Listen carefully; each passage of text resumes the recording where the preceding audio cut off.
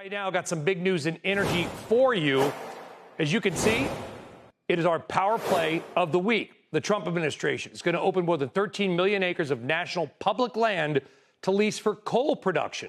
The plan will also cut the rate on royalties mining companies have to pay the federal government. The announcement obviously getting a lot of attention from all sides, with one group calling this coal plan a, quote, bridge to the 19th century and a look back, not forward, on energy. So let's talk about it all with the Secretary of the Interior, that is Secretary Doug Burgum. Secretary Burgum, good to have you back on. We may actually get bumped by the president, so you'll forgive me in advance if that indeed happens. But Secretary, why make this announcement now? What does it mean for coal production, and what does it mean for any climate goals in the United States? Well, Brian, first of all, it's great to be with you. And of course, when President Trump was elected, he promised to unleash American energy. Part of that is making sure that we've got the power to be able to win the AI arms race against China. So the announcement today was a triple. We had announcements from DOE, $625 million going to upgrade existing coal plants. We had announcements coming from EPA that cut through red tape that was needlessly and abusively put on top of this industry at a time when we need reliable, affordable, secure energy. Demand for electricity is going up and going through the roof. But the other thing is with coal, there's metallurgical coal, which makes coke, which we need for steel building.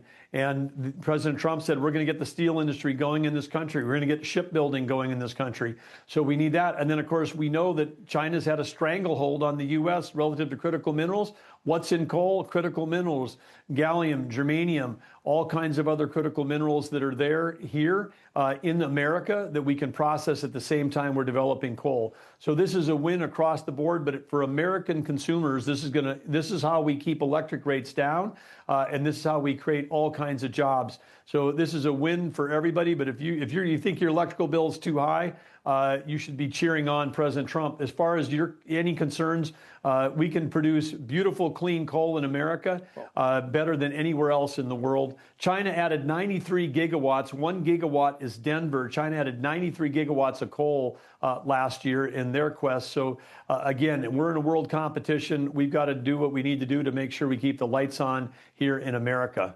Yeah, China's production, I believe we have a graphic of it, is literally off the chart. I mean, U.S. production has gone down the last 20 or so years. We're showing United States production now. It's come down from its peak of the year 2000. But Chinese production has absolutely soared. Climate change is a global issue. So, Secretary Burgum, people, they're not going to like it. The United States producing more coal, but how much is kind of China screwing up any global climate ambitions that we might have?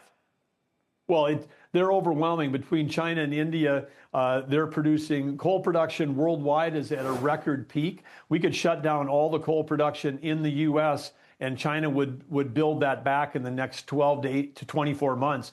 And so it does shutting down baseload electricity, destabilizing our grid, raising the rates for all American, so it does absolutely nothing to stop anything related to the perception that CO2 has an effect on climate change. But one thing we do know is we win the AI arms race, we can solve any climate problem that we have in the world coming up. And we know that within the next decade, with nuclear energy coming, which is zero carbon, we can do that. But right now, we can do both things in this country. We can have a clean air, clean water.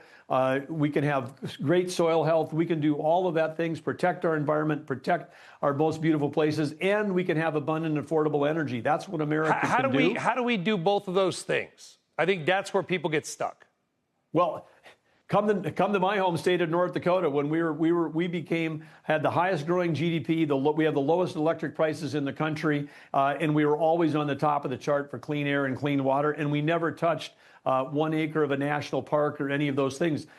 States like Wyoming are doing it today. The home to Yellowstone Park and Grand Teton, they're also one of the biggest coal producers in the country, and coal electricity for domestic, but also coal to ship to our allies. So it is It was a false trade-off that was created in the minds of people. We can do both in America, and one way we get it done and accelerate that is with having the power to fund AI. AI, we've never been able to take a kilowatt of electricity and turn it into intelligence. Now we can in these AI factories, if you will. They're not data centers, they're intelligence factories.